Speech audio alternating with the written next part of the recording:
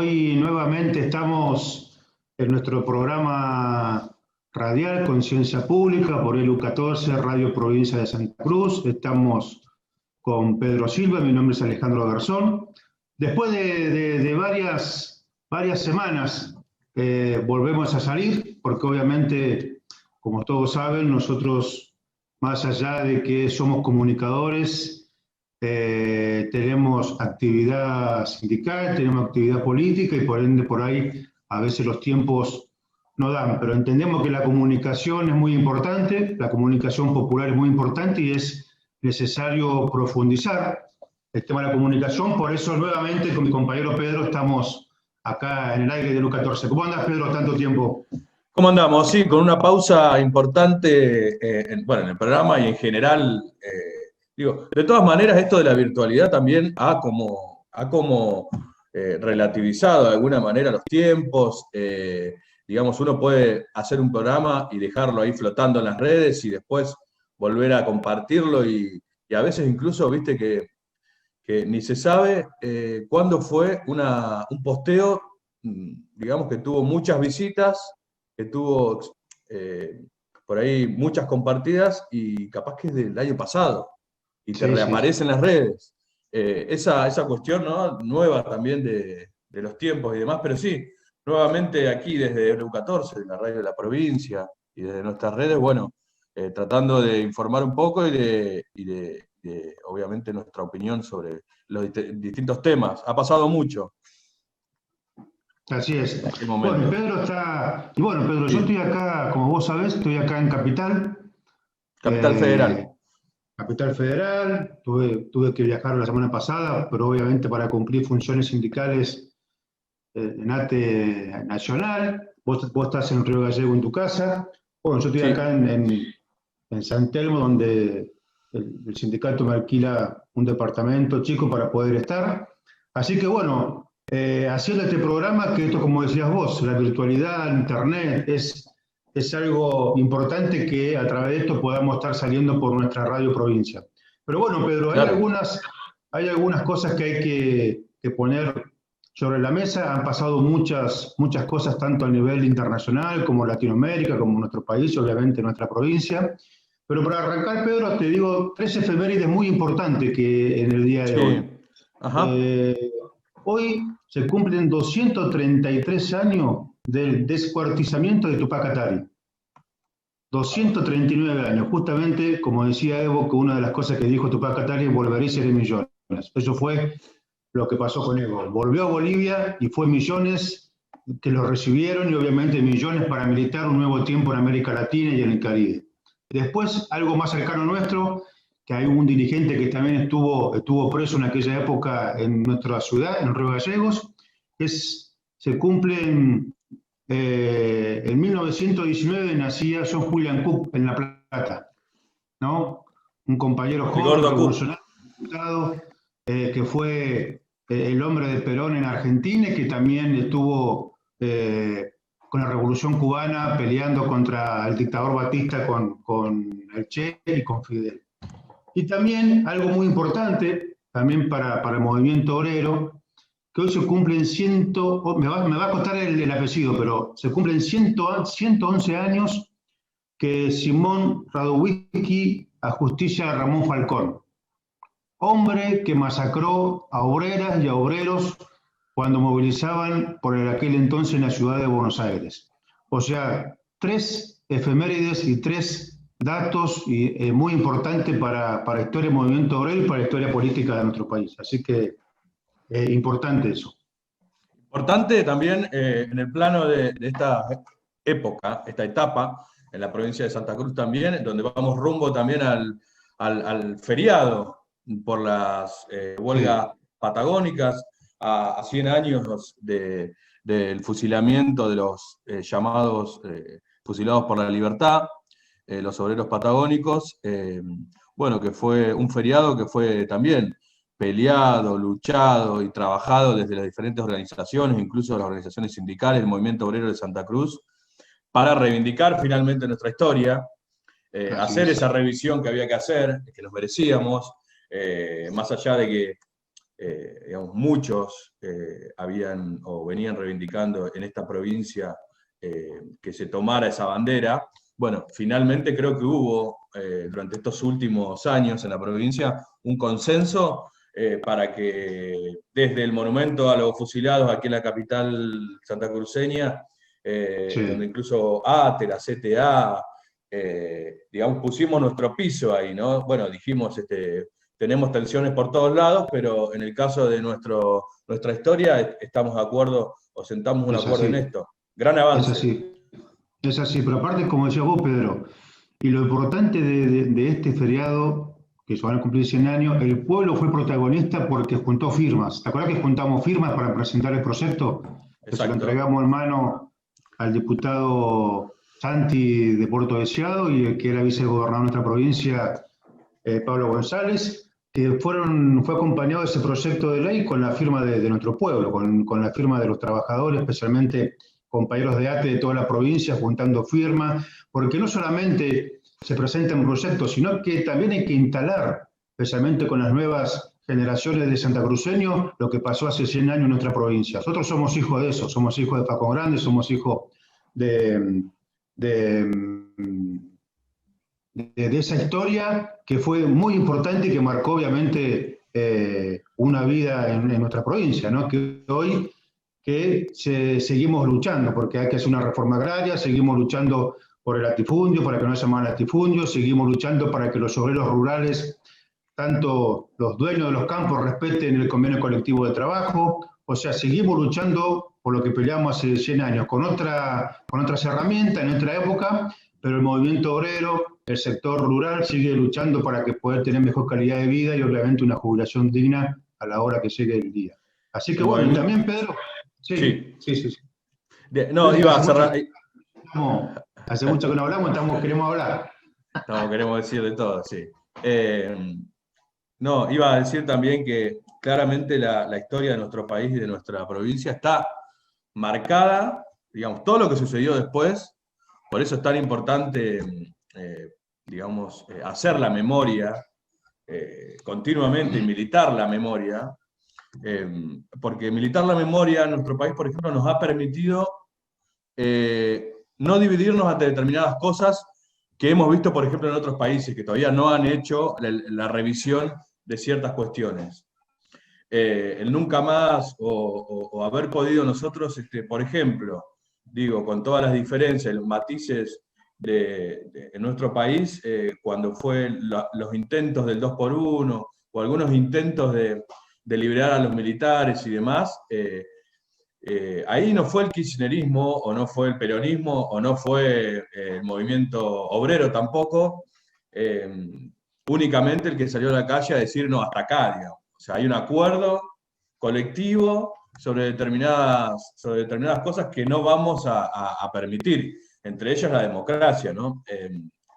Así que me parece importante y entender que si no tenemos esa herramienta de la memoria, digamos, activa, nos puede pasar cualquier cosa, porque precisamente lo que hace por ahí los sectores liberales o de derecha, lo que intentan es que no nos acordemos Es de así. nuestra historia, digamos, y poder ahí meter digamos, sus garras, si se quiere, para generar, bueno, lo que ellos quieren, lo que ellos quieren, digamos, precisamente la deshistorización de la humanidad, digamos. Bueno, pero vos fíjate, Pedro, esos sectores que son mayoritariamente están en lugares de poder como es la comunicación, que son empresas de comunicación, lo que instalan y siempre atacan al sindicalismo, a los dirigentes sindicales. Más allá que algunos son empresarios y la gran mayoría no, digamos, también pasa eso. Pero pegan a un sector importante, un sector que tiene poder, un sector que ha hecho grandes transformaciones en nuestro país, un sector que ha logrado muchas reivindicaciones, que obviamente ha puesto muchos muertos a lo largo y a lo ancho de nuestro país para lograr derechos para las y los trabajadores, digamos. Entonces, permanentemente nos pegan y permanentemente trabajan para que no tengamos historia. Por eso es importante los medios de comunicación popular, es importante que nosotros tengamos un espacio en ELU 14 donde llega a toda la provincia de Santa Cruz, tanto por la M y por las distintas repetidoras en cada localidad. que puedan participar compañeros y compañeros para tener opinión de voz. Y estamos en una radio donde podemos opinar, podemos hablar sin ningún condicionamiento, porque nosotros como santacruceños nos sentimos parte de esta radio porque es santacruceña, pero también nosotros tenemos necesidades de que nuestro pueblo, nuestra gente, los obreros, los trabajadores también tengan otro tipo de comunicación que no es la que por ahí te bombardean algunos medios de comunicación de derecha, que no se quiere discutir política, que no se quiere tratar de llevar información a la gente, sino todo puterío y todo hablando mal de algunas personas. Bueno, hoy el nuevo tiempo político en el país, en el continente, se trata de ver cómo empezamos a recuperar la política, cómo empezamos a recuperar el debate político y cómo empezamos a llevar información al pueblo. En este marco, yo te decía, Pedro, antes de que empecemos un programa, ayer 2 días estuve participando de un encuentro internacional antiimperialista que nace de Venezuela, que yo fui el año pasado a un encuentro internacional, que ahí estuvo presente el presidente Nicolás Maduro el día de ayer, donde, bueno, se debatió con la clase obrera, obviamente, el tema de análisis y autocrítica también, de las debilidades que tenemos como movimiento obrero, pero también entendiendo que el enemigo es el capitalismo, que el enemigo es el imperio, y ver cómo nos organizamos. O sea, que en el mundo empieza a haber organización, empieza a haber movimientos para juntarse, como lo hizo Evo Morales el otro día, cuando firmó con las distintas organizaciones de pueblos originarios, con ATE, con CTA, con otros sindicatos que estuvo ahí, donde firmaron con Evo la convocatoria a un encuentro de organizaciones de todo el continente que se va a realizar en diciembre en Bolivia, porque vamos hacia la construcción de una América plurinacional. Entonces, digamos, se está debatiendo otra cosa en América Latina, en el continente, y Santa Cruz, Río Gallego, todos los pueblos que integran esta provincia, no puede estar alejado o que sea un debate lejano. Nosotros tenemos que introducir este debate en nuestra provincia porque necesitamos ser parte de algo mayor que simplemente pelear por algo puntual en un sector de trabajo. Yo creo que sí, y que vamos hacia eso. Vamos hacia discutir la redistribución de la riqueza o la distribución de la riqueza, a discutir la distribución del conocimiento, la distribución de la ciencia, la distribución y las posibilidades de la soberanía tecnológica, las posibilidades de que lo público vuelva a ser tan potente y se fortalezca de manera tal que pueda competir con cualquier sector privado, digamos, la posibilidad de la reindustrialización, las posibilidades que tenemos nosotros de generar alternativas en materia gris, como se dice en nuestro país. Me parece que hay que generar esas discusiones. Y sin duda, el movimiento, las organizaciones, el movimiento obrero, en conjunto con los sectores mini empresariales, los sectores sociales y demás, quedó demostrado con la elección que hizo Evo Morales, digamos, cuando el pueblo se pone en marcha, no hay avance tecnológico ni marketing que lo apague, porque la realidad es que hubo intentonas por todos lados, digamos, desde operaciones mediáticas lo quisieron contra... a Evo. Claro, bueno.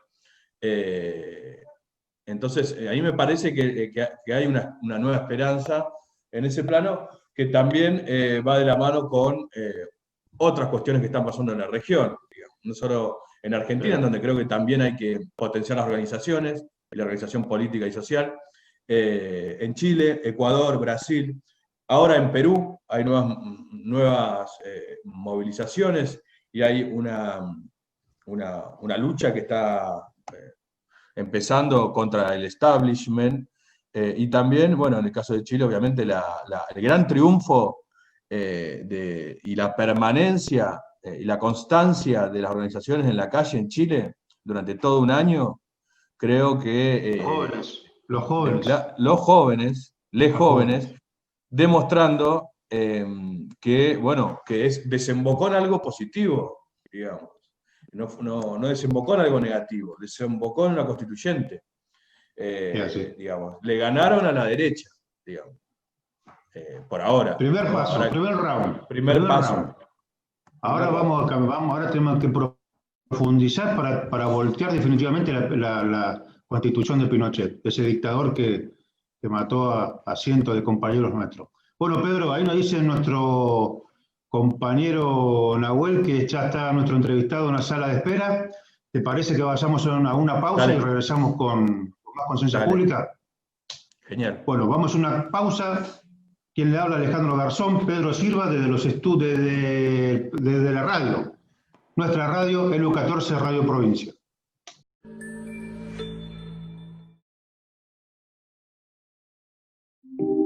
La desaparición del Ara San Juan fue una de las grandes tragedias navales de la Argentina. El 15 de noviembre de 2017, el submarino perdió contacto con la Armada y nunca más volvería a establecer comunicación. Había salido desde Ushuaia, en el sur del país, con rumbo a Mar del Plata, uno de los puertos más importantes.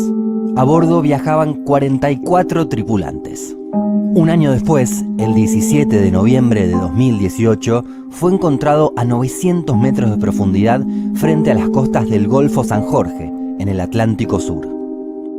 ¿Pero qué pasó realmente con el submarino? Antes de empezar, suscríbete y activa las notificaciones para enterarte de nuevos videos.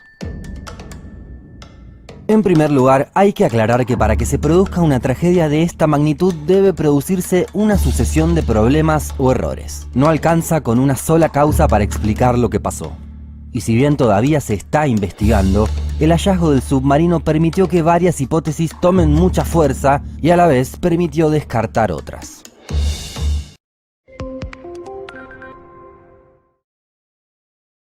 Bueno, regresamos nuevamente con nuestro programa Conciencia Pública por Elu 14 Radio Provincia, y como ya lo habíamos prometido en la tanda anterior, estamos con nuestro primer entrevistado, que para mí es un honor, es un placer porque lo conozco desde hace un tiempo y hace poco hemos instalado conversación, pero es una persona que admiro, es una persona que conozco y que miro sus escritos, sus opiniones a través de las redes sociales, a través de los distintos medios de comunicación, y lo voy a presentar.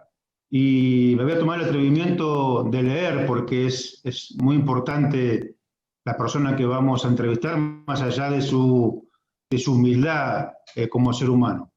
Le presentamos a Marcelo Balco, que es sociólogo de la UBA, profesor titular y fundador de la Cátedra Imaginario Étnico, Memoria y Resistencia, integrante del Comité Académico del Simposio Latinoamericano de Ciencias Sociales y Humanidades, investigador de los proyectos arqueológicos, conferencista del programa Café Cultura de la Secretaría de Cultura de la Nación, promotor de distintas leyes nacionales y provinciales en relación con los pueblos originarios, actualmente profesor y titular de la Universidad Popular de Escobar en provincia de Buenos Aires, y autor de 80 textos en los que se destacan, que solamente voy a leer algunos, como El Malón que no fue, Pachamama, Bayer para chicos, Belgrano para chicos, Pedagogía de la desmemoria.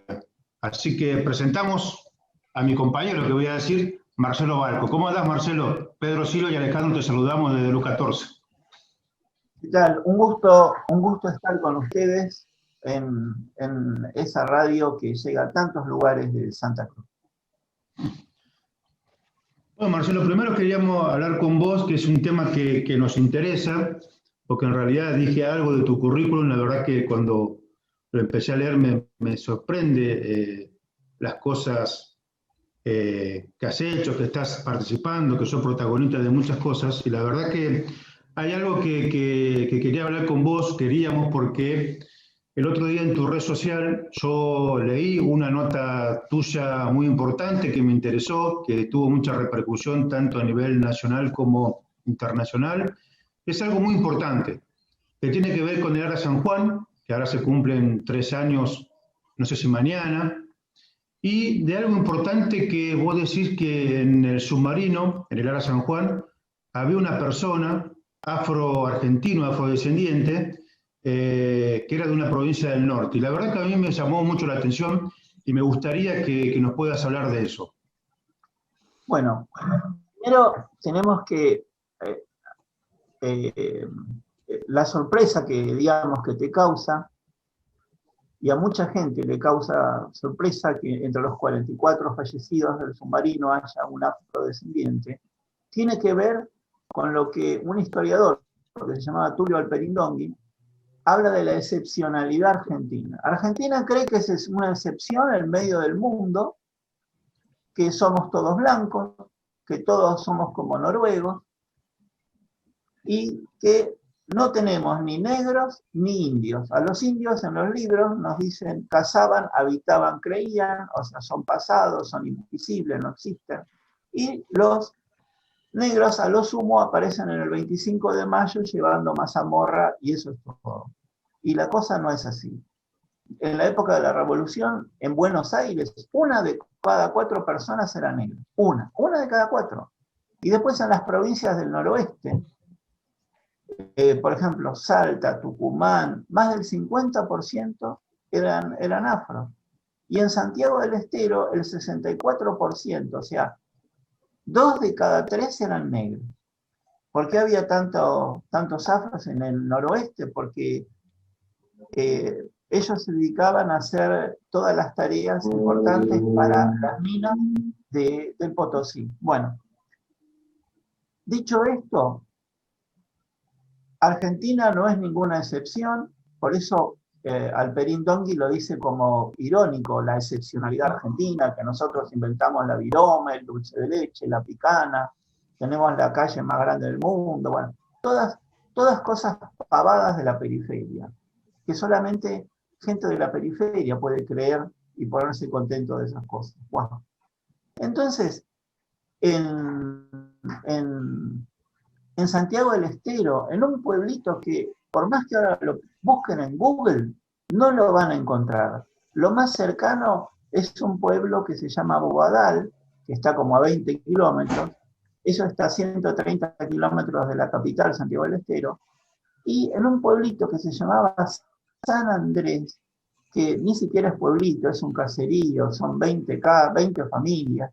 Bueno, en ese caserío todos son afrodescendientes.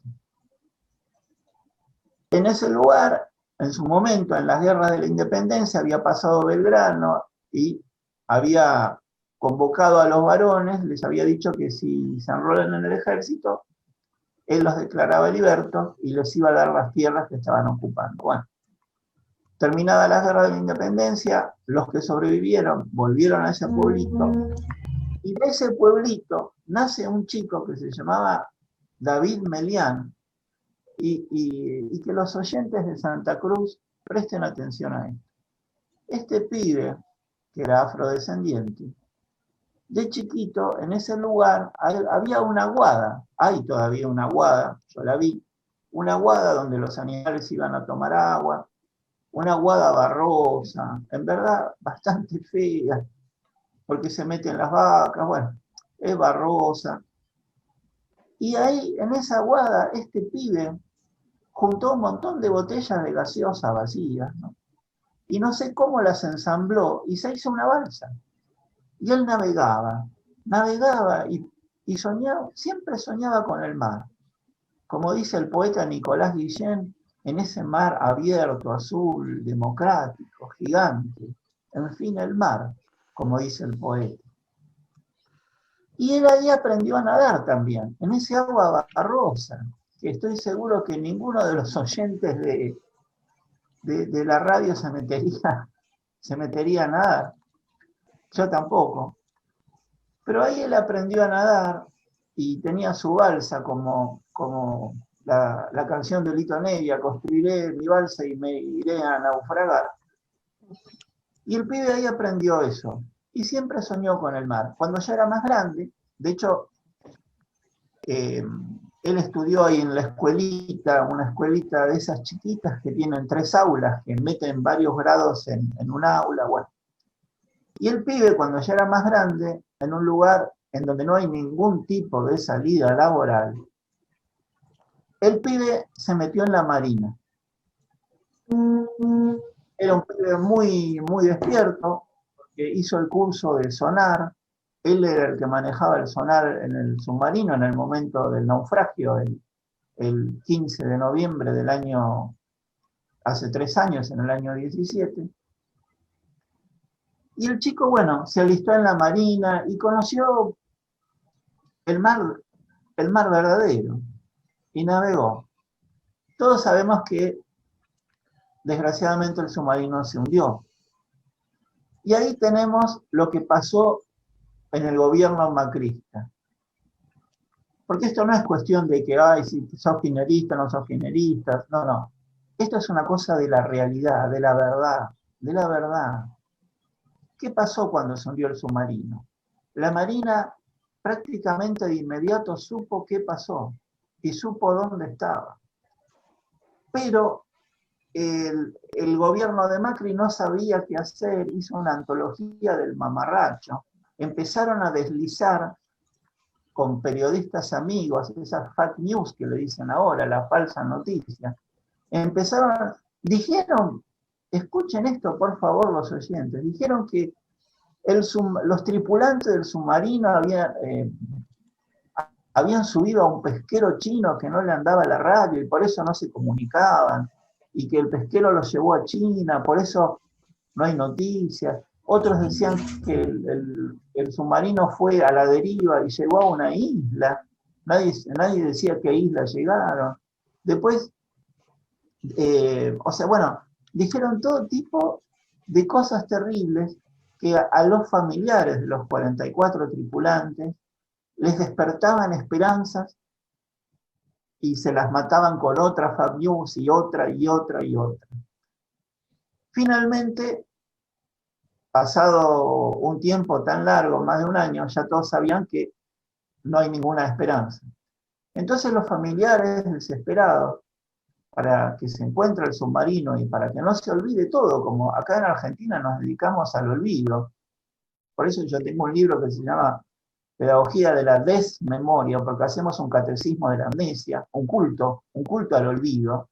Entonces, así como se olvidaron de Malvinas, por ejemplo, y de tantas cosas, o que dicen que no son 30.000 los desaparecidos, bueno, en fin. Entonces, los familiares, ¿qué hicieron? Empezaron a recorrer despachos. Durante semanas se encadenaron en invierno a la Plaza de Mayo para que el presidente Macri los atienda. Bueno, fueron al Congreso, otros fueron a la base, al apostadero naval de Mar del Plata.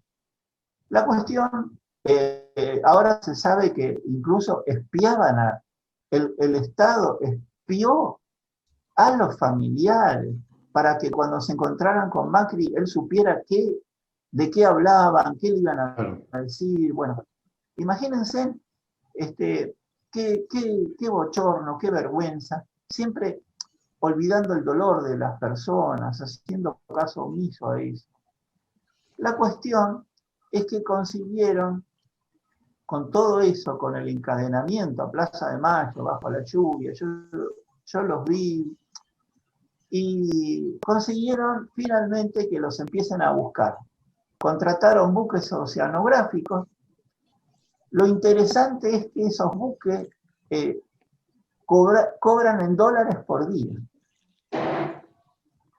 Y casualmente,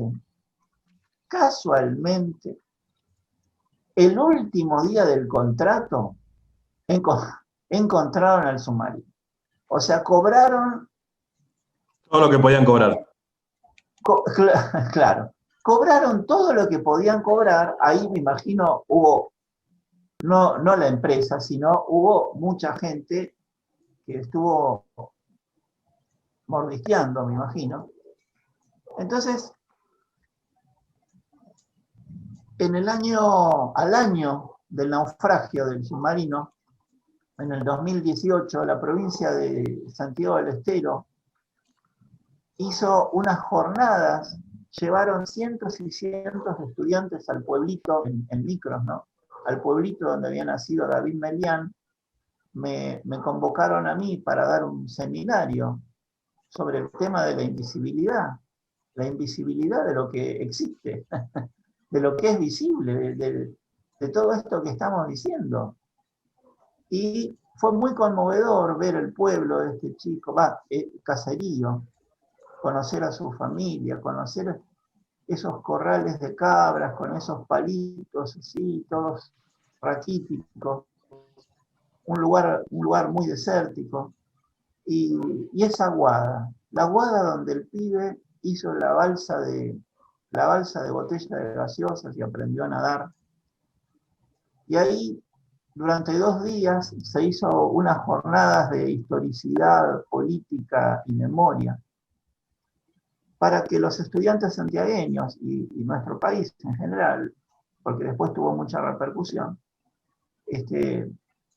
conozcan que nosotros no somos una excepción en medio de Latinoamérica, no somos un apéndice perdido de Europa, en medio de los negritos paraguayos y bolivianos, no es así. Basta con ir a la estación de Constitución o a Retiro y vas a ver que no somos Noruega, no somos Noruega. Y que así como tenemos 3 veces más indígenas que Brasil y 5 veces menos de población, tenemos 3 veces más indígenas que Brasil. Bueno, y también tenemos una población afro muy importante, que por supuesto hubo deriva genética, hubo mestizaje, en fin, pero que están muy orgullosos de su origen. Y tenemos que decir algunas cosas, como por ejemplo cuando dicen hoy, qué sé yo, Barack Obama, un descendiente de esclavos, se convirtió en presidente de Estados Unidos. Bueno, no era descendiente de esclavos. Él era un descendiente de personas que fueron esclavizadas. Porque nos hacen pensar con categorías mentales opresoras, como dice Gramsci. Entonces, si vos pensás diciendo, no, es un descendiente de esclavos, no. Un descendiente de personas que fueron esclavizadas. Bueno, así es. ¿No es cierto? Hay una gran diferencia. Entonces, yo les quería comentar esto, que escribimos una serie de notas también. Y para terminar, fíjense en qué país injusto, que no se los voy a contar a la gente de ATE, que todos sabemos qué país tenemos y cómo luchamos por la justicia todos.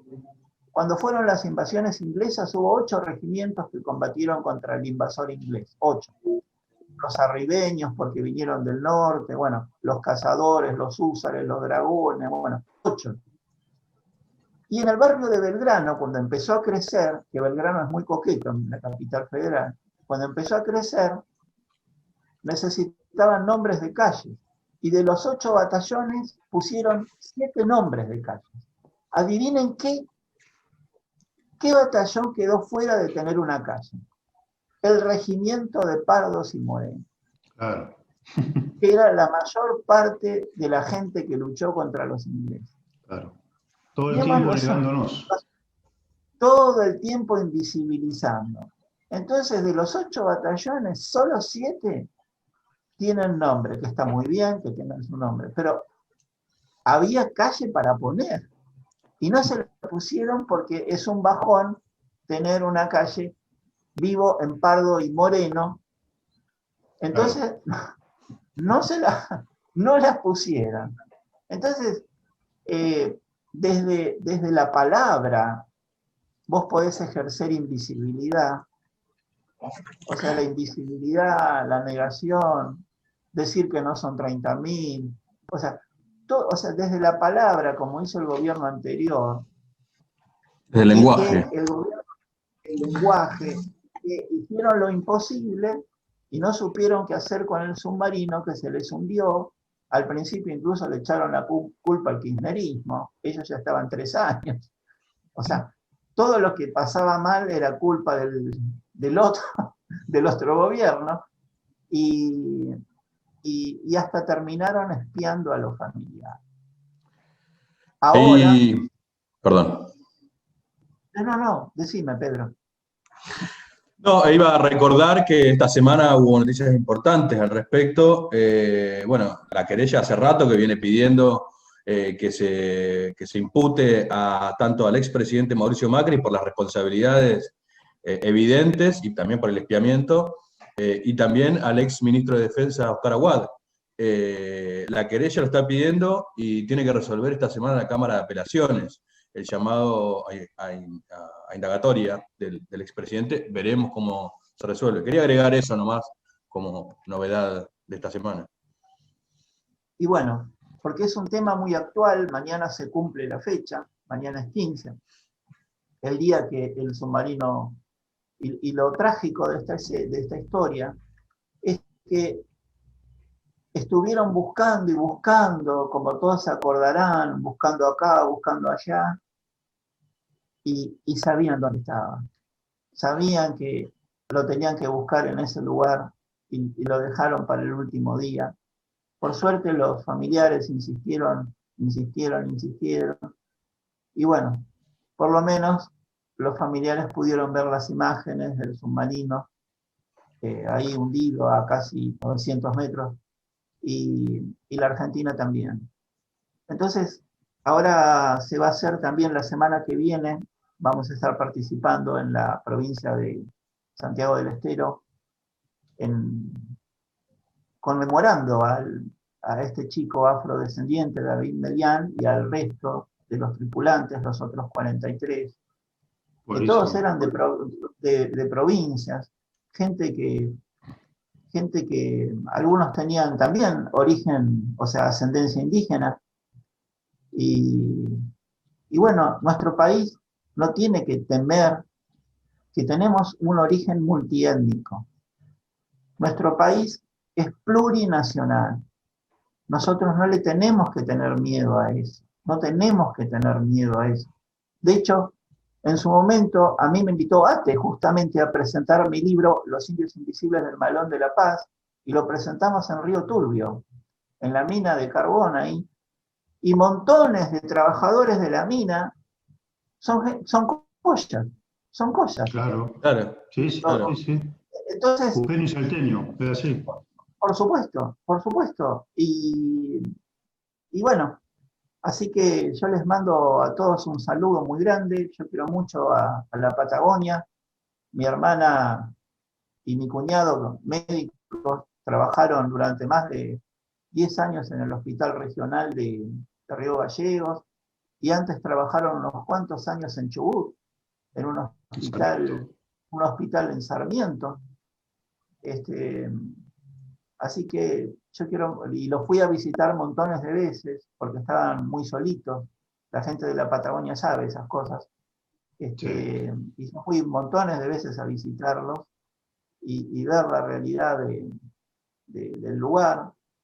Entonces, un saludo grande a la provincia, a ese viento del oeste que es incesante. Y bueno, a su disposición, por supuesto. Bueno, Marcelo, estamos dialogando con Marcelo Balco, que obviamente da para hablar muchísimos temas porque uno tiene ganas de seguir aprendiendo y escuchar, pero lo importante es que este tema de este compañero, de este hombre, de este joven que estuvo en el submarino de Lara San Juan, que naufragó, el pueblo de Santa Cruz de la Patagonia pudo saber que había un afrodescendiente, había un afroargentino, y eso es lo importante y lo mágico, más allá del dolor, lo mágico de lo que es la radio. Así que, Marcelo, te agradecemos que estés en el U14 Radio Provincia, y como decís vos, es lento pero viene. Así que muchas gracias por estar con nosotros.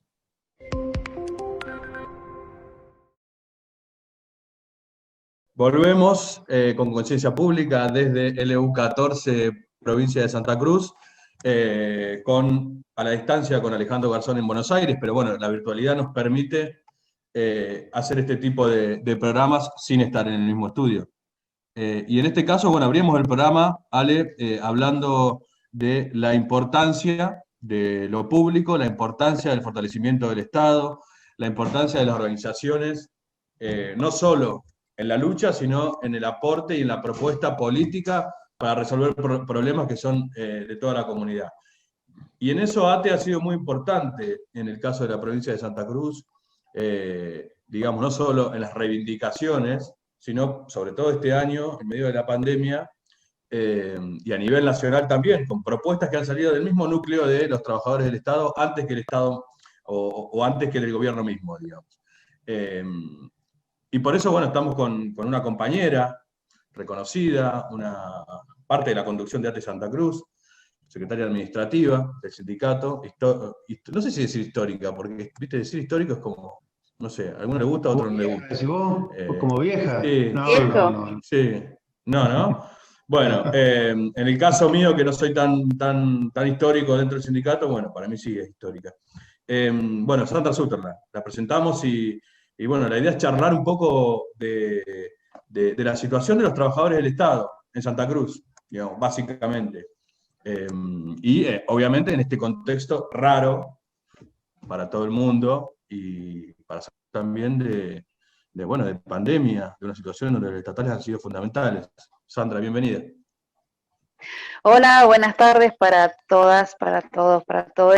Alejandro, siempre en mi corazón, mi compañero, mi amigo, Peter, y a todo el equipo técnico y bueno, por supuesto a toda la provincia que nos escucha y que a pesar de estar lejos en este momento, creo que estamos muy cerca por la situación que estamos pasando, ¿no? Nos acerca un montón esto. Pero estás re preparada, con micrófono, todo completo. O sea, estás entrenada, digamos. Más o menos. Tantas reuniones virtuales, ¿viste? Bajando línea. Sí. Tantas reuniones. Los que me conocen saben que, bueno, me cuesta un poquito hablar. Esta semana, bueno, Sandra, no hubo importantes, bueno, a ver, el trabajo de ATE, digo, para arrancar en los hospitales de la provincia, en el caso del Hospital Regional de Río Gallegos, en donde en un momento se saturó totalmente el sistema, bueno, venían médicos de otros lados, y bueno, los trabajadores del Estado ahí también, al pie del cañón, el análisis tuyo de la situación en general. Y voy a decir algo que en realidad no sé cómo expresarlo, ¿no? En este momento de pandemia, que es el momento del reconocimiento del trabajador del Estado y de la valorización. No digo revalorización porque muchas veces la gente no sabe de dónde vienen las cosas, no saben cómo se cumplen o se llevan adelante las políticas públicas, sino es que ni más ni menos que el compañero que te atiende, el enfermero que te vacuna, el compañero que te barre la calle, que te retira la basura.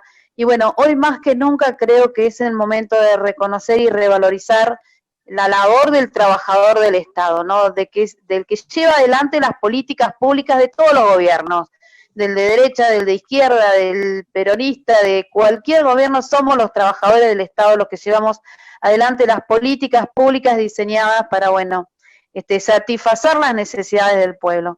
Y en este momento, más que nunca, ¿no? En este momento malo de pandemia, es donde vemos que ese es el compañero que le pone, digamos, la espalda, le pone el lomo a la circunstancia, ¿no? Y en este momento de pandemia podemos ver cómo resguardado, quizás cuidado, es el que te atiende, es el que cubre tus necesidades quizás en una atención en una ventanilla o como la terapia intensiva de cualquier hospital de la provincia. Poniendo en riesgo ahí su vida, claramente, muchos de los trabajadores. Contanos, Sandra, ¿cuál ha sido la tarea institucional de ATE fundamental en Santa Cruz? Digo, mediante no solo los comités de crisis, la participación de ATE en los protocolos para proteger a los trabajadores. Y bueno, antes de la pandemia nosotros siempre tuvimos una mirada muy crítica quizás de la salud pública. Bueno, por fin estamos saliendo de estos 4 años en el que parecía que al anterior gobierno no le importaba, que le dio un rango de secretaría. Eso hace que se baje el presupuesto, por supuesto, para todas las políticas públicas de salud. Y fuimos saliendo de eso. Ya en marzo, en la pandemia, no recuerdo bien si el 18 o 19, cuando ya veníamos avisorando esta situación, nosotros en ATE siempre vamos un pasito más adelante, miramos un poquito más lejos en toda la nación, siempre estamos en red, contactándonos, informándonos, dándonos herramientas.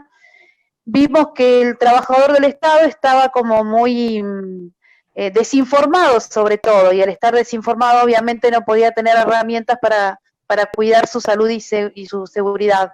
Es en ese momento en el que nosotros tomamos una decisión, nos la jugamos, por así decirlo, decretamos un paro sanitario, por así decirlo, para que nuestros compañeros vayan a la casa, y cuando tuviésemos la total información, las estadísticas, las herramientas, bueno, íbamos a ver cómo seguíamos avanzando en ese sentido.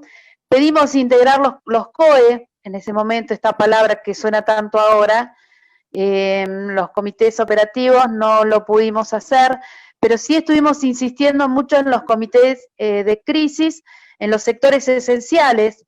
Ahora, después, en el principio de la pandemia, esenciales fueron los de salud, y después la población se fue dando cuenta que no solo eran los compañeros de salud, sino que había muchos otros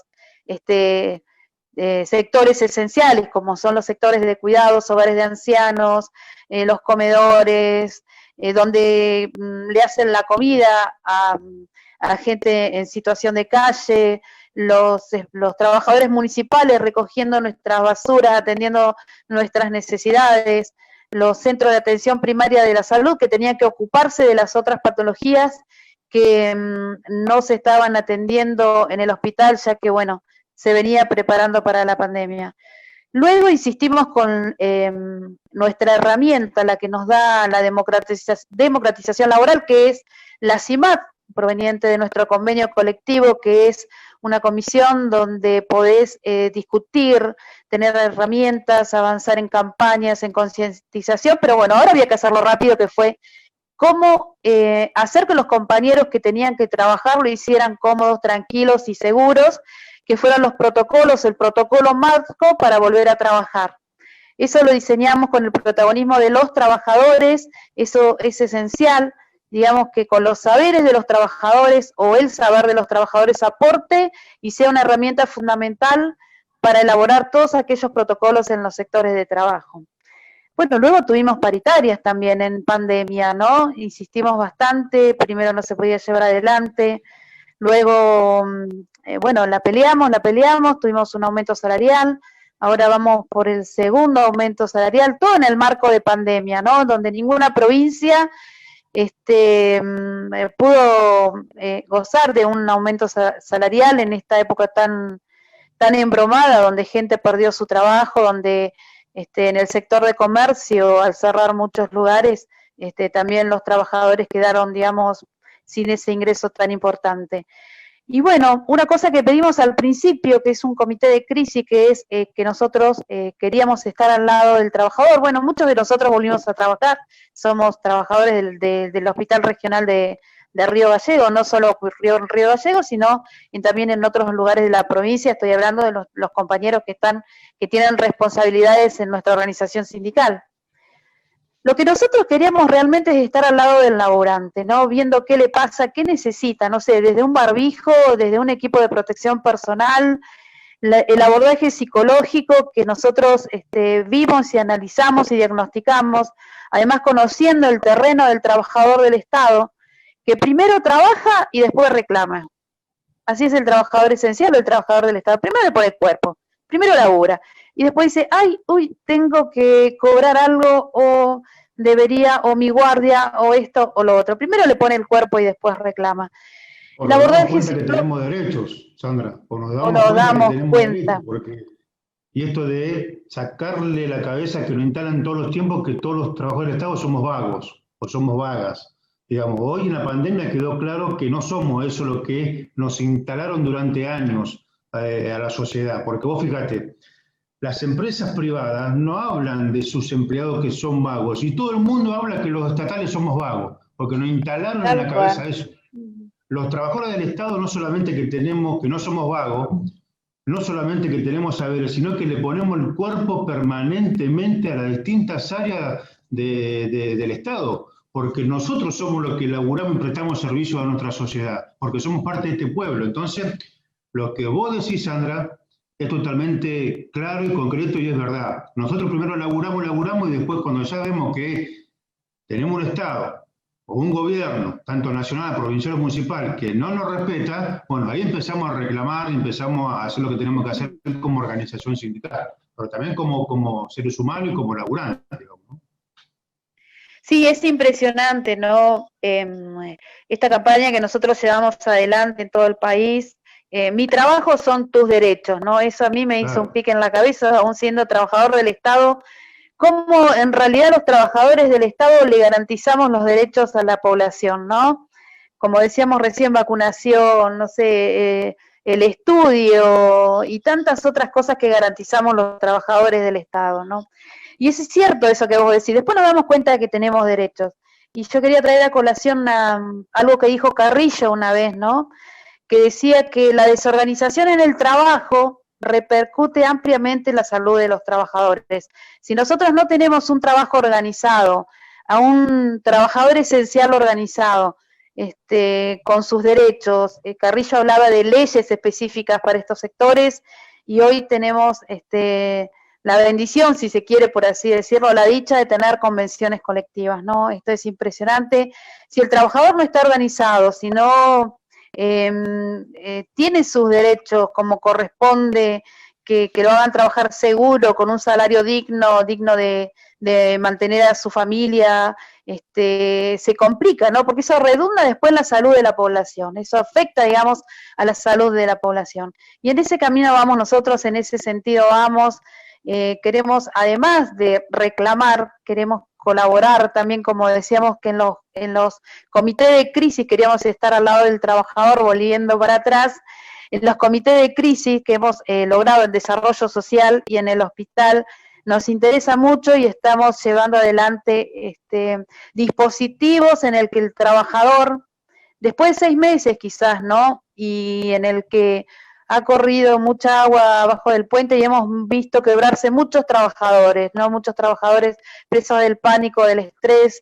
Tengo una compañera, y la quiero mencionar, Anita, que está en terapia intensiva, que estuvimos en comunicación durante el sector de limpieza del Hospital de Río Gallegos, y tengo otra compañera en Río Turbio, en el que estuvimos en comunicación constante, donde relataban en tiempo real, digamos, todo lo que estaba ocurriendo y las sensaciones que tenían. Eran presas del estrés, los audios eran llorando. Después otras compañeras enfermeras donde, mirá lo que hacen los compañeros, ¿no? Le ponen el teléfono al afectado de coronavirus para que haga una videollamada con su familiar. Con tanto que tienen que hacer adentro de las salas de coronavirus o de las terapias, ponen a su disposición para una videollamada, para una comunicación con su familiar, hijos, nietos, lo que sea, y después ven cómo se va recuperando el paciente. Y ni hablar del estrés que sufren cuando fallecen hasta los mismos compañeros, ¿no? La impotencia, el llanto que no pueden contener cuando muere, ¿no? Cuando muere algún paciente, cuando se ven imposibilitados de hacer o les faltan herramientas. Es impresionante todo lo que está pasando en la provincia, ¿no? Y bueno, los comités de crisis son una herramienta muy importante porque es allí donde nosotros le decimos, bueno, no sé, te falta un barbijo o necesitas ser abordado psicológicamente, o quizás alguna cuestión administrativa que quizás para nosotros no es importante, pero para el compañero en el momento de tan alto estrés le es muy, muy gratificante, ¿no? Ocurre en toda la provincia, ¿no? Las consultas en todos los hospitales, en esto que no tenemos un sistema de salud unificado, que cada hospital hace lo que se le da la gana, cada director de hospital se comporta a veces como los intendentes, como patrones de estancia, como Carambia. Tal cual, es así. Es así. Cada hospital hace lo que quiere, no tenemos un sistema de salud unificado en el que podamos bajar un lineamiento, digamos, claro, concreto, que sea beneficioso al primer eslabón, que es el sistema de salud, que es el trabajador, es el primer eslabón, ¿no es cierto? Y luego eso que redunde en beneficio para la población, en políticas públicas claras y concretas para la salud, ¿no? Es así. Bueno, muy bien. Yo para contestarle a una persona que escribió recién en las redes sociales de Conciencia Pública, ¿qué hacemos los sindicatos que no peleamos por salario? Bueno, te quiero contestar que eso es lo que hacemos nosotros. Eso es lo que hacemos como organización sindical, darle herramientas a los trabajadores. Que los trabajadores del Estado tienen que cobrar bien, por supuesto que tienen que cobrar bien, tienen que tener un salario digno, tienen que poder mantener y vivir dignamente como trabajador con su familia, pero también estar bien psicológicamente, estar bien con las herramientas de trabajo, estar bien con las condiciones de medio ambiente en trabajo, ser parte de la organización en cada hospital, ser parte de la discusión qué salud queremos para nuestro pueblo, eso es lo que hacemos también como organización sindical. No solamente peleamos por salario, hay que seguir peleando los 365 días del año, pero también es importante pelear por lo otro. También es importante empezar a discutir el rol del Estado. También es importante empezar a discutir qué salud queremos para nuestro pueblo. Y no es una cuestión solamente del gobierno, ni de los directores del hospital o de los médicos.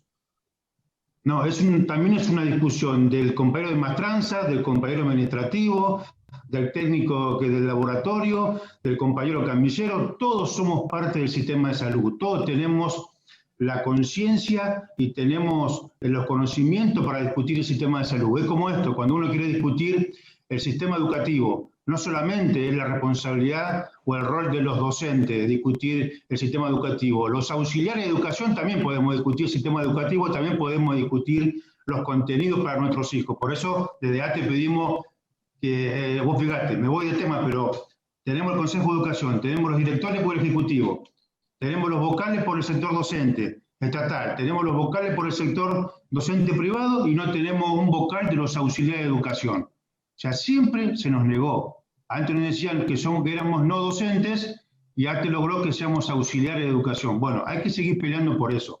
Por eso es importante, Sandra, lo que vos decís. Tenemos poco tiempo porque tenemos otra entrevista, pero a mí me queda claro y cada vez me siento más orgulloso no solamente de ustedes como dirigentes de ATE, sino de mi sindicato. Digamos que peleamos, tenemos diferencia con el gobierno, pero también tenemos la capacidad política y la obligación política de aportar, no solamente para que los trabajadores tengan todo lo que se merecen, sino también aportar para que nuestro pueblo tenga lo que se merece. Y eso somos los trabajadores del Estado.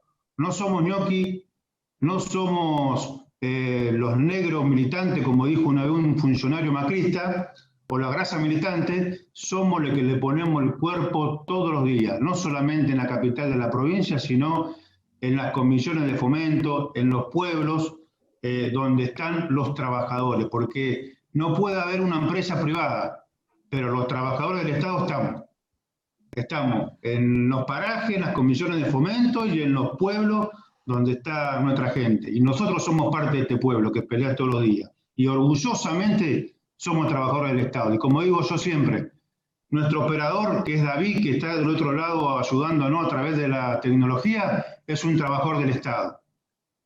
Entonces, eso somos nosotros, digamos, orgullosamente. Así que te agradezco, Sandra, que nos hayas dado esta reflexión, lo que estamos haciendo como organización y los derechos que estamos conquistando como sindicato. Bueno, y nunca olviden, ¿no?, que nuestro trabajo son los derechos de otros. Eso es increíble y hay que volver a valorarlo y necesitamos recomposición salarial. Es cierto, pero también necesitamos mejores condiciones de trabajo. Mejores condiciones de trabajo y abordaje de todo tipo. Además, para agregar y terminar, los compañeros que son los pilotos de los aviones sanitarios en el Estado son trabajadores del Estado. Los que manejan los pilotos de los aviones sanitarios son trabajadores del Estado. O sea, eso somos nosotros, Pedro. Eso. Los estatales estamos en todos lados, tenemos saberes, somos una máquina, somos muy importantes para una sociedad los trabajadores del Estado, tanto provincial, municipal como nacional. Así que bueno, yo me apasiono con esto, así que pido disculpas a la audiencia, pero cuando se trata de hablar de los trabajadores del Estado, de lo que hacemos nosotros todos los días, es muy fuerte, porque la sociedad tiene que saber que a veces tenemos debilidades, sí, tenemos debilidades, el gobierno a veces tiene errores, hay dificultades seguramente, pero yo estoy convencido que yo soy una de las personas que he confrontado, que he discutido, que he movilizado, que hemos hecho paro, huelga, corte de ruta, hemos hecho un montón de cosas, pero nosotros entendemos que más allá de eso hay que juntarse, hay que hablar, estamos en un momento político muy importante que todos tenemos que aportar, nadie sabe más que el otro. Tenemos distintas responsabilidades solamente, pero nadie sabe más que nosotros. Por eso yo digo y expreso a los que tienen responsabilidad política, convoquen al sindicato, convoquennos, hay que aportar y nosotros estamos dispuestos a aportar, no solamente en Santa Cruz, sino en el país, como lo estamos haciendo en distintos ministerios, para poder aportar conocimiento y aportar propuestas para que volvamos a tener un Estado fuerte, un Estado presente, y que volvamos a ser felices como pueblo, como lo fuimos alguna vez. Así que, compañera Sandra, compañero Pedro, yo hasta acá llego con mi opinión Sí, yo creo que ahí, y ya creo que tenemos que ir a la pausa, pero también para aportar, y siempre en base al eje de este programa que tenía que ver con no deshistorizar los momentos, ¿no? Y recordar cuál ha sido el papel histórico de ATE, tanto en la construcción de las relaciones laborales o la democratización de las relaciones laborales, la discusión de convenios colectivos de trabajo, ha sido gracias a una organización sindical como ATE, que durante años vino construyendo. Y las construcciones y las relaciones entre los gobiernos, los estados y los sindicatos se van modificando, digamos. Y eso está bien que sea así y que avance, y que el diálogo prime por sobre otro tipo de prácticas, siempre que sea en beneficio de las mayorías, digamos. Claramente los salarios no están a la altura que tendrían que estar. Claramente el sindicato, como decía Sandra, va hacia la recomposición definitiva del salario, digamos, ese es su eje, pero como dice Alejandro, no podemos obviar ni entregar las discusiones políticas a los sectores que quieren vaciar el Estado o que incluso quieren desindicalizar a la sociedad, digamos, como en algún momento lo vimos durante el macrismo. Y desindicalizar a la sociedad implica que no tener instituciones organizadas para defender tus derechos, básicamente. Es decir, que alguien te puede echar y nadie te puede defender. Entonces, digo, toda cuidado con eso. Claro, cuidado con eso, que se está también un poco impulsando no solo desde la derecha, a veces hay otros sectores que impulsan o incluso ayudan a los que pretenden desindicalizar, deshistorizar y despolitizar a la sociedad. Ese aporte quería hacer. Van en contra de la Constitución misma. Claro. Bueno, eso, un abrazo muy, muy grandote a todos mis compañeros de la provincia, a todos los trabajadores esenciales de los municipios, los trabajadores del Estado Nacional, a todos los trabajadores de los hospitales, de los puestos sanitarios. Un abrazo inmenso y bueno, a seguir aportando, creciendo, adquiriendo saberes para luego volcarlos en las políticas públicas en las que queremos aportar los trabajadores del Estado para redundar en beneficio de nuestro pueblo. Abrazo a Alejandro, abrazo a Peter, al equipo técnico y a Olga, mi compañera, que viene en un instante. Muy bien, pasamos con Sandra Sutherland, secretaria administrativa del Consejo Directivo Provincial de ATE Santa Cruz. Estamos en Conciencia Pública por ELU 14 Radio Provincia de Santa Cruz. Vamos a una pausa y enseguida volvemos con más información.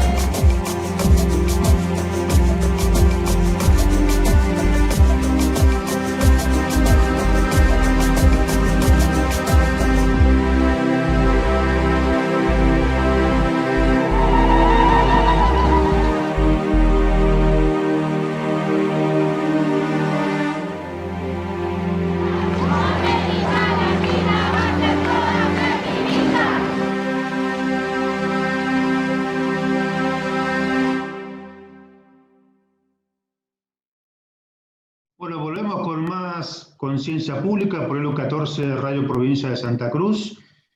Y bueno, Pedro, qué debate, ¿no?, sobre el tema del Estado, los trabajadores. Importante que más allá de algunas situaciones, lo importante que se ha conseguido como organización sindical en beneficio de los trabajadores, poner en valor a las y los trabajadores del Estado. Así que bueno, importante. Pero bueno, ahora estamos con nuestra próxima invitada, que es Olga Reynoso, la secretaria general de ATE Santa Cruz y de la CTA Santa Cruz. Va a charlar con nosotros de distintos temas, a lo que hacen con respecto al rol de la mujer, a la situación de los trabajadores, el tema económico, la situación de distintos temas para poder abordar y para llevar también información a cada uno de los puntos de nuestra provincia y de nuestra Patagonia. Así que le damos la bienvenida. ¿Cómo andás, Olga? ¿Cómo te va? Pedro y Alejandro te saludan. Hola, buenas tardes, compañeros. ¿Cómo están? La verdad que un clima tremendo viene, ¿no? Con un ritmo lindo Viene linda en la el cosa. programa. Viene Vienen linda. con toda Sí, esa porque- adrenalina. Sí, porque uno se apasiona. Cuando uno habla de los trabajadores del Estado se apasiona, porque hay que ponerlo en valor, hay que ponerlo, que es una prioridad. No solamente, obviamente, de la organización sindical, sino también tiene que ser una de las prioridades del gobierno. Pero ante esta situación, Olga, todos sabemos que lo hemos visto por los medios de comunicación, nosotros hemos trabajado para que eso sea, especialmente las mujeres sindicalistas de todo el país, tanto el sector privado como el sector estatal, y se ha podido aprobar en estos días, no sé si fue en el día de ayer o antes de ayer, el convenio 190. ¿Qué significa el convenio 190? ¿En qué beneficia el convenio 190? Es un convenio de la OIT que nuestro país ha aprobado y que seguramente, obviamente, va a tener rango constitucional. En primer lugar, decir que si no hubiese pasado o no se hubiese logrado la unión de las centrales obreras y las mujeres sindicalistas de esas centrales obreras, referentes históricas, referentes que se incorporan ahora, que han dado, la verdad, que un debate, una pelea, pero también muestras de que el movimiento obrero unido puede hacer estas cosas. Tienen como resultado ni más ni menos que la aprobación o la ratificación por parte de la Argentina. Recordemos que es el tercer país que ratifica el convenio 190, el convenio sobre la violencia y el acoso laboral. Entendiendo que esta unidad no solo que ha permitido que se pueda aprobar en las cámaras o que quede ratificado por parte de la Argentina el convenio, sino también por los debates que se han llevado adelante hacia adentro de las organizaciones, como de las centrales obreras, organizaciones sindicales que conforman las centrales obreras. O sea que, sin ninguna duda, la fuerza que hemos tenido como país logrando la aprobación de este convenio no es ni más ni menos que esa fuerza impulsada principalmente por las compañeras mujeres sindicalistas del movimiento obrero con la verdad que con una impronta tremenda, y eso creo que se ha visto y que podemos decir que la Argentina, hoy con mucho orgullo, que la Argentina ha sido el tercer país que ha ratificado este convenio. Recordemos que hace muchísimo tiempo que la OIT no ratificaba un convenio y que tenían una particularidad los convenios cuando se ratifican, cuando salen de la OIT, vienen acompañadas con una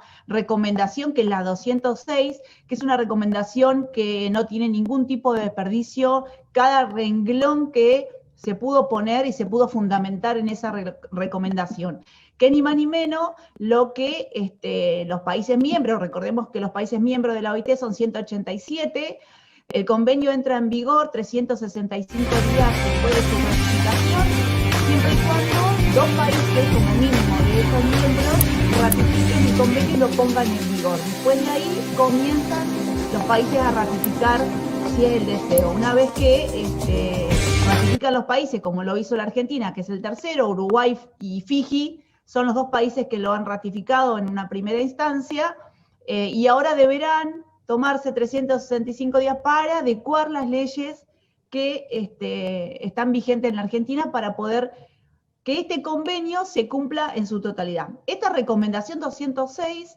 es la recomendación que cada letra, cada párrafo, cada renglón de esa recomendación dice cómo se tiene que poner en vigencia, les da como letra a los países para readecuar la legislación, qué es lo que estaría faltando. Hay países que ya legislaciones han podido avanzar, como la Argentina, en algunos convenios colectivos marco, como el nacional, y algunos convenios colectivos propios, que configuran en parte el convenio de 190, como lo es la violencia laboral y el acoso. Hay, digamos, a ver, ustedes me cortan, no quiero hacerlo tan largo, pero digo, hay cosas que son puntuales y fundamentales y sumamente importantes de este convenio. En primer lugar, que reconoce que vivir o tener una vida plena en el mundo de trabajo, del empleo, es libre de violencia, ratifica o aprueba o promociona o ayuda a que el trabajador pueda realizarse, trabajador o trabajadora, pueda realizarse plenamente libre de violencia y que pueda proyectar su vida laboral con toda libertad.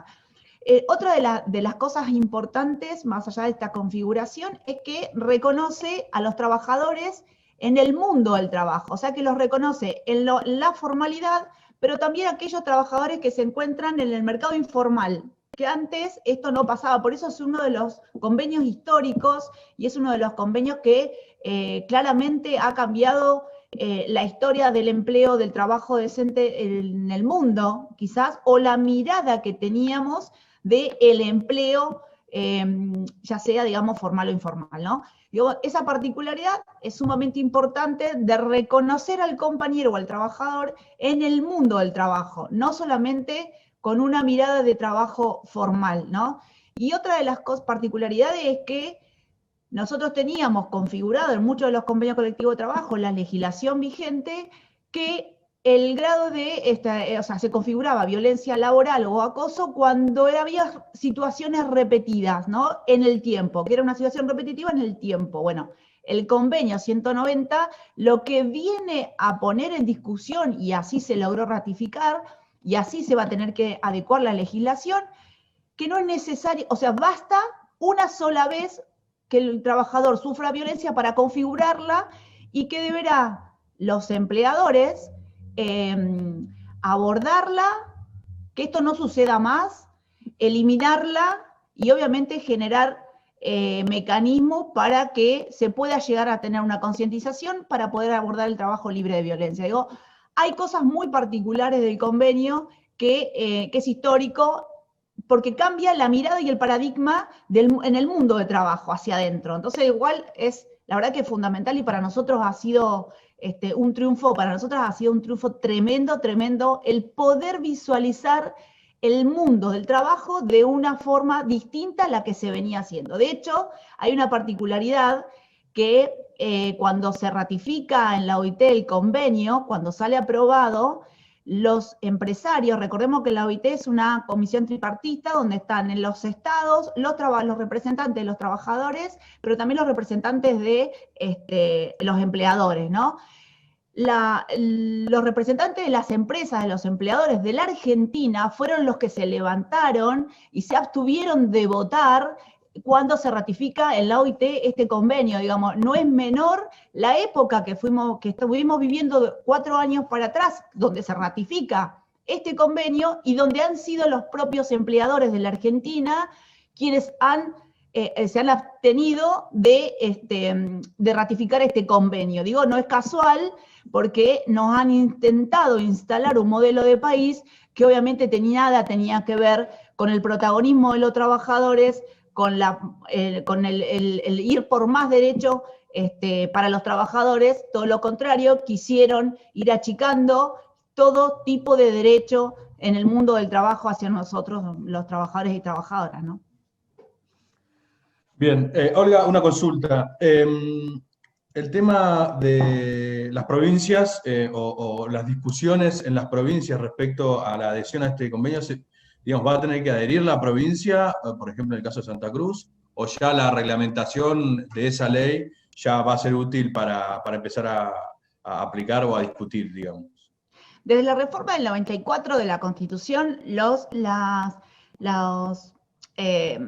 reglamentación internacional tiene un rango de ley, Sí. por ende, constitucional, tiene un rango constitucional, lo cual lo que va a hacer, digamos, es tener un precedente en la readecuación de legislación nacional, que es muy posible que en las provincias ya haya algo, como explicaba recién, la configuración de algunas cosas, pero se tendrá que readecuar otra. Obviamente, la ratificación completa del convenio tiene que ver con empezar a legislar leyes que configuren todo este tipo de recomendación que plantea. Recordemos que, y esto también es algo que el convenio 190 lo pone en debate, que la violencia o la violencia o el acoso en el mundo de trabajo no solo tiene que ver en el ámbito de trabajo, donde se cumplen las 6, 8, 7 horas de trabajo, sino también en el trayecto al trabajo,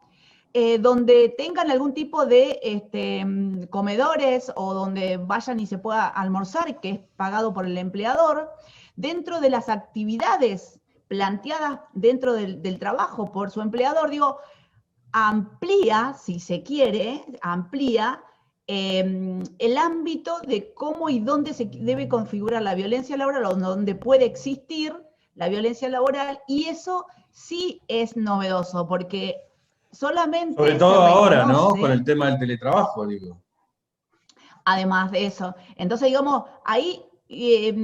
Y porque siempre, por ejemplo, en las actividades donde vos vas a trabajar, en el recorrido itinere que se le dice, que la RT, por ejemplo, reconoce, no está reconocido, solamente por está reconocido solamente por accidente, y no está reconocido desde que ya es un lugar de trabajo, ¿no? Así no pase nada, que puede llegar a pasar violencia laboral, en ese trayecto no solo se tiene que reconocer cuando hay un accidente, sino también cuando existe ahora algún tipo de violencia en estos ámbitos. Entonces amplía esa mirada. Recordemos que no hay muchas provincias, no hay muchos sectores que exista un debate profundo de los convenios colectivos de trabajo, donde particularmente se puede ir metiendo alguna readecuación de las legislaciones internacionales.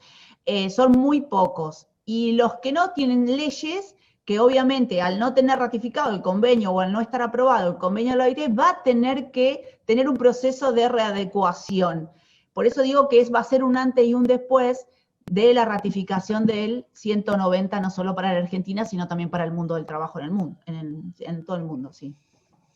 Hubo un caso particular en nuestra provincia de Santa Cruz, ya ligado más a los conflictos de ATE, en realidad conflictos que se generan a partir de determinadas cuestiones, y en el caso, de las Heras, por ejemplo, y que tiene que ver, yo creo, con lo que es la violencia institucional, y en el mundo del trabajo, lo que fue pasando, en el caso de la localidad de Las Heras, con trabajadores exigiendo derechos, exigiendo estabilidad laboral y demás, y un intendente totalmente ajeno a la realidad de los trabajadores, y todo lo que pasó después.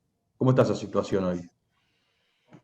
Sí, a ver, en este caso puntual que vos planteás,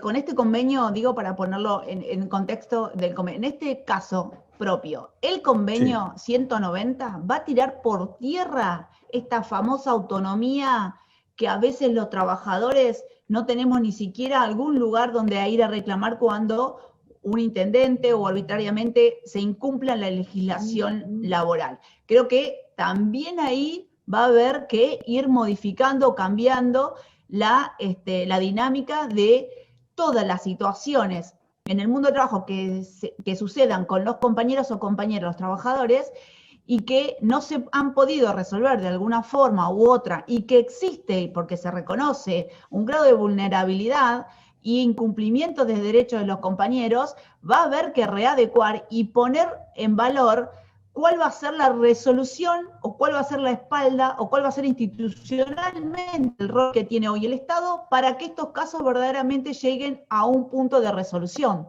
Hoy hay para nosotros está muy claro, pero hay como un gris donde esta famosa autonomía no permite concretamente la articulación de las instituciones que hoy tienen rol para abordar este tipo de precarización laboral, despidos y sin causas dentro, en este caso que vos planteabas, los distintos municipios. Pero a veces también sucede este tipo de cosas cuando existe en algún otro poder del Estado y que no se puede articular dentro de lo que tenemos como instituciones por, digamos, por el rango que tienen en los distintos poderes del Estado. Entonces le digo, este convenio lo que va a hacer o poner en debate es cómo se llega a poder cubrir a todos los trabajadores en el grado de la informalidad, de la informalidad, de lo público, del privado, pero dentro de un mundo que no solo tiene que ver con las cuatro paredes de una oficina,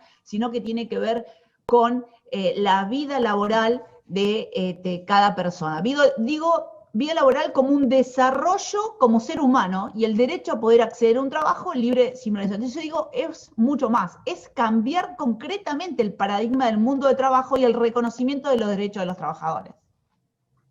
En este marco, Olga, te saco de tema por un segundo, que obviamente el tema del convenio 190 es más que importante, que hay que militarlo, porque más allá que se apruebe, como el convenio colectivo, vos lo podés tener, pero si no lo militás, no lo haces saber, no lo conocés, bueno, es muy difícil que se cumpla.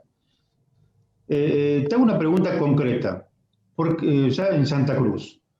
¿Por qué crees vos que estando en el siglo XXI, en el año 2020, el 98% de los intendentes de Santa Cruz no quieren celebrar convenciones colectivas de trabajo?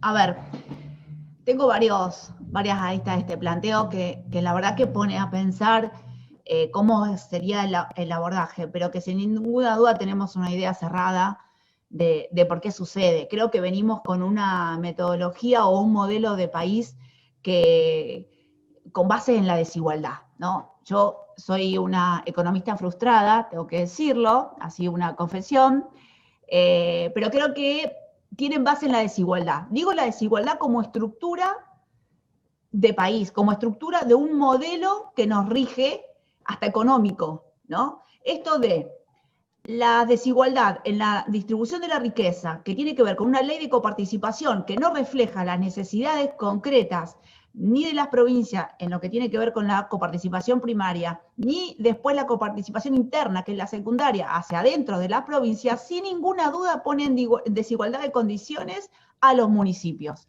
Ahí ya partimos de una base en el cual ya se plantea estas desigualdades, ¿no? De un modelo de país que oprime a otros, ¿no? Uno que concentra la riqueza y hay otro que obviamente no estaría llegando nada y que son el último orejón del tarro. Ahí ya se plantea un modelo de país al cual nosotros interpelamos como economistas, ya me estoy poniendo como feministas, dentro de una economía que rige el capital. Mirá que te están escuchando algunos medio amarillos, te van a pegar, ¿eh? Ah, no soy economista. Ahora, si se autoproclama economista. Claro, usurpación de título, no. Sí. No.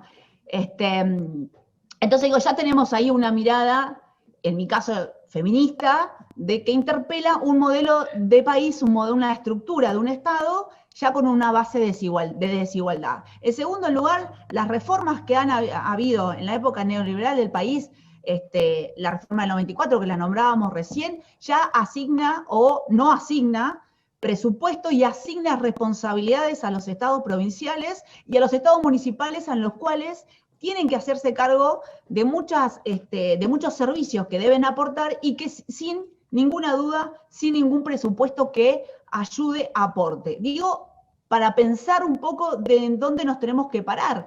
Y ahí entra nuevamente esta famosa autonomía que les da el poder a los intendentes, esto que nosotros decimos, el poder de patrón de estancia, de poder hacer con los trabajadores lo que quieran, digamos, y entender que las decisiones de ese pueblo, las decisiones que se van tomando en la política pública, las decisiones de gestión, solamente deberían, lo digo entre comillas, debería pasar por el intendente. Entonces digo, ahí ya estamos pensando, o sea, se está ratificando una vez más este modelo al cual nosotros somos tan críticos de un Estado que no estaría dando respuesta en la estructura que tiene, menos en la distribución de la riqueza.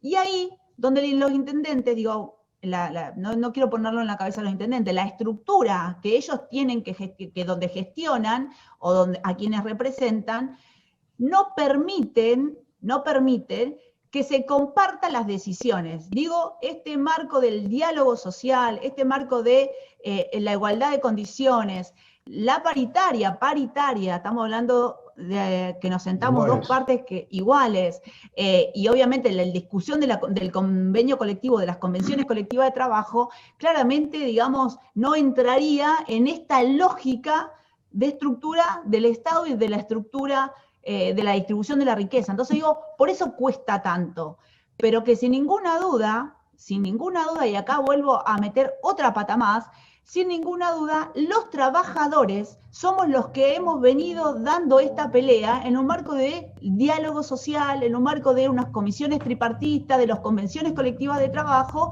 que hemos entendido que si el protagonismo o la fuerza que nosotros tenemos, que son las organizaciones sindicales o el derecho a la organización sindical, es lo que a nosotros nos permite hoy plantear un debate interpelando este modelo, pero también proponiendo. ¿Cuál es lo que proponemos? El diálogo. ¿Qué proponemos? Las convenciones colectivas de trabajo, los convenios colectivos de trabajo, pero ahí es donde empieza el lío, iba a decir otra palabra, con los intendentes, porque es disputar ese rol del Estado al cual ellos no quieren entregar ese poder de igual a igual con los trabajadores, lo cual, error concreto, ¿no? Error garrafal en el marco de poder llevar adelante una gestión que no es propia, es una gestión de ir construyendo un modelo de ciudad, un modelo de un pueblo, un modelo de comunidad, de sociedades, donde todos tengamos oportunidades de desarrollarnos desde la responsabilidad que nos toque, ¿no? Bien. Respecto... Larga la respuesta, pero bien, se entendió. Yo, en el caso de la última, estamos llegando a las 3 de la tarde ya. Respecto a, bueno, al principio del programa arrancamos hablando un poco de la historia, ¿no? Y digo, de los intentos siempre de algunos sectores de deshistorizar a los procesos, digamos, incluso a las organizaciones y a sus identidades. Bueno, en el caso de ATE, acá en Santa Cruz, tuvo un papel fundamental a lo largo de todos estos años en los procesos políticos y sociales, no solo para la construcción de convenios, sino también en la resistencia a procesos liberales los últimos 4 años. Digo, ¿cuál es la etapa actual de esta organización sindical o de ATE, Santa Cruz y ATE en general, en cuanto a eso? ¿En qué etapa se encuentra la organización, digo, política, sindical, hacia qué apunta en cuanto a la conquista de nuevos derechos? ¿Cuál considerás que es la etapa en la que está ATE hoy? Creo que sin ninguna duda ATE está en la etapa de consolidación de un modelo principalmente sindical, de un modelo que, como hablábamos recién, que interpela, es un modelo, o el rol del Estado principalmente, que no solo que interpela, sino también que propone, en un marco de diálogo social, poder cambiarlo y poder ponerlo a disposición de las mayorías populares, que tiene que ver con dar respuesta en la política pública. Cuando decimos dar respuesta en la política pública, empezamos inmediatamente a pensar cuál sería la mejor forma de poder vivir, o esto de que ahora, digamos, venimos planteando hace un montón de tiempo desde el movimiento de mujeres, el buen vivir, digamos, ¿qué sería el buen vivir? Y ahí empezamos como otra discusión, no voy a decir filosófica, pero digo, es una discusión de ir cambiando paradigmas y cabezas también, desde dónde nos vamos a parar para poder consolidar un modelo al cual nosotros venimos propiciando, que es la democratización, que es poder reflejar las necesidades de las mayorías, que el rol del Estado cumpla con las necesidades de las políticas públicas que tiene que llevar adelante, tanto de salud, educación, digo, que contenga todo lo que las responsabilidades de un Estado. Y volvemos como no sé si es al principio de la charla, pero digo, a interpelarnos también en los modelos en los cuales nosotros estamos transitando. Hoy estamos tratando de desarticular un modelo que se quiso instalar en la Argentina, un modelo neoliberal que tiene o que rige, digamos, desde el sistema económico, y no desde un sistema que nosotros lo llamamos de cuidado, sino un sistema apoyado en la vida, con centralidad en el ser humano. Creo que volvemos como a esa discusión. Y ATE está dispuesto y preparado para hacer ese debate, no solo porque se consolida el movimiento de mujeres hacia adentro de una organización, sino también por los debates y la territorialidad que ha tomado nuestra organización sindical y sigue tomando, con esa fortaleza de estar en todos los sectores de trabajo, con esa fortaleza de estar en todas las localidades, pero también con la fortaleza de poder pensar en una provincia o en el debate de una provincia al cual para nosotros sería una provincia donde nos merezcamos vivir, ¿no? Que no solo que contenga la política pública, sino también que interpele de dónde se va a parar el modelo al cual nosotros queremos construir o queremos arribar, que no es un modelo económico, digamos, de concentración de la riqueza, de saqueo y contaminación, sino es un modelo apoyado en un sistema de cuidado donde la vida tenga la centralidad,